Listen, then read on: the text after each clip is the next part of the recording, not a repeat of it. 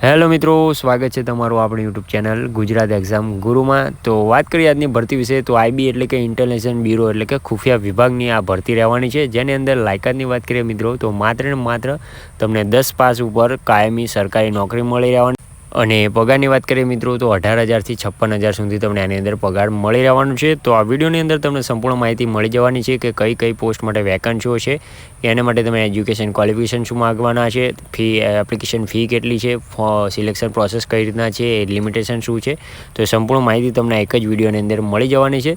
તો આવી જ ભરતીની અપડેટ તમને સૌથી પહેલાં મળતી રહે તે માટે આપણા વોટ્સએપ અને ટેલિગ્રામ ગ્રુપમાં અવશ્યથી જોડાઈ જજો, જેની લિંક આપણે વિડીયોના ડિસ્ક્રિપ્શનમાં આપેલી છે। તો ફટાફટથી ચાલુ કરી દે આજનો આપણો વિડીયો। આપણે ફટાફટથી ઓવરવ્યૂ લઈ લઈએ, ત્યારબાદ આપણે સ્ટેપ બાય સ્ટેપ સંપૂર્ણ માહિતી જાણી લઈશું। સૌથી પહેલાં ઓવરવ્યૂ એટલે કે ભરતી સંસ્થા વિશે વાત કરી લઈએ ઓર્ગેનાઇઝેશનમાં। તો આઈબી એટલે કે ઇન્ટેલિજન્સ બ્યુરો ઓફ ઇન્ડિયા તરીકે આપણી ભરતી સંસ્થા રહેવાની છે અને પોસ્ટની વાત કરીએ તો એમટીએસ એટલે કે મલ્ટીટાસ્કિંગ સ્ટાફ તરીકેની આપણી પોસ્ટ રહેવાની છે, જેની અંદર માત્ર 10 પાસ લાયકાત માગેલી છે। વેકન્સી કેટલી છે એની વાત ડિટેલમાં કરીએ છીએ। મોડ ઓફ એપ્લાયની વાત કરીએ મિત્રો તો ઓનલાઈન તમારે ફોર્મ ભરવાનું રહેશે। જોબ લોકેશનની વાત કરીએ તો ગુજરાતની અંદર તમારી જોબ લોકેશન મળી રહેવાની છે।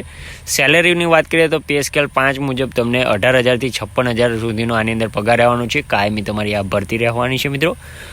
વાત કરીએ એલિજિબલ ક્રાઇટેરિયાની તો એમટીએસ એટલે કે મલ્ટીટાસ્કિંગ સ્ટાફની આ ભરતી છે આપણી, જેની અંદર માત્ર ને માત્ર 10 પાસ તમારી લાયકાત માગેલી છે અને સેલેરીની વાત કરીએ તો 18,000 થી 56,000 તમારી અંદર સેલેરી મળી રહેવાની છે। એજ લિમિટેશનની પણ જોઈ લઈએ તો 18 થી 25 વર્ષની અંદર એજ લિમિટેશન માગેલી છે અને ગવર્મેન્ટ ભરતી છે એટલે ગવર્મેન્ટ નિયમ મુજબ જે છૂટછાટ તમને મળવાપાત્ર છે, એસસી એસટીને 5 વર્ષ અને ઓબીસીને 3 વર્ષ એ પણ તમને આની અંદર મળી રહેવાના છે। વેકન્સી ડિટેલ જોઈ લે કેટલી વેકન્સીઓ છે તો એમટીએસ તરીકેની જે પોસ્ટ છે આપણી તેની માટે આપણે 362 વેકન્સીઓ પર આ ભરતી થવાની છે મિત્રો। એપ્લિકેશન ફીની પણ વાત કરી લઈએ તો જનરલ, ઓબીસી અને ઈડબ્લ્યુએસ માટે 650 રૂપિયા એપ્લિકેશન ફી ભરવાની રહેશે અને એની સિવાયના અન્ય એટલે કે એસસી એસટી અને પીડબ્લ્યુડીને 550 રૂપિયા 100 રૂપિયાની રાહત આપેલી છે। તો આટલી ફી તમારે આની અંદર ભરવાની રહેવાની છે મિત્રો। ઇમ્પોર્ટન્ટ ડેટ જોઈ લે તો નોટિફિકેશન રિલીઝ ક્યારથી થયું છે તો નવેમ્બર 21 નોટિફિકેશન રિલીઝ થઈ ગયું છે અને ફોર્મ ભરવાના સ્ટાર્ટ એના આગલા દિવસથી એટલે કે 22 નવેમ્બર 2025થી ફોર્મ ભરવાના સ્ટાર્ટ થઈ ગયા છે।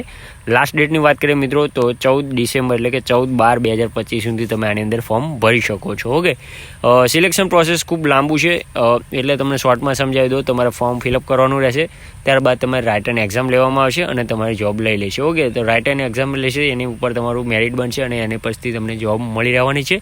તો એના માટે એક અલગથી વિડીયો કોમેન્ટ આવશે તો બનાવીશ કે એના માટે શું સિલેબસ છે એ બધું। ઓકે, તો ફોર્મ ભરતી વખતે તમારા ડોક્યુમેન્ટ શું લઈને બેસવા, રિઝ્યુમ અથવા તો સીવી, પાસપોર્ટ સાઇઝનો ફોટોસ અને સિગ્નેચર અપલોડ કરવાની રહેશે। માર્કશીટ જે લખેલું હોય અપલોડ કરવાની નહીં રહે, પરંતુ તમારે બધું લખવાનું અંદર રહેવાનું છે।